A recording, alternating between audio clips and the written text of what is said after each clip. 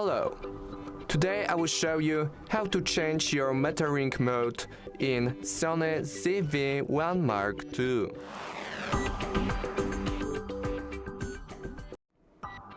To start, open menu. Then choose exposure and color icon and choose metering. Here choose first option and you can choose among center, multi, spot standard, entire screen average or highlight. After you are done, click OK. That's all. Thank you for watching.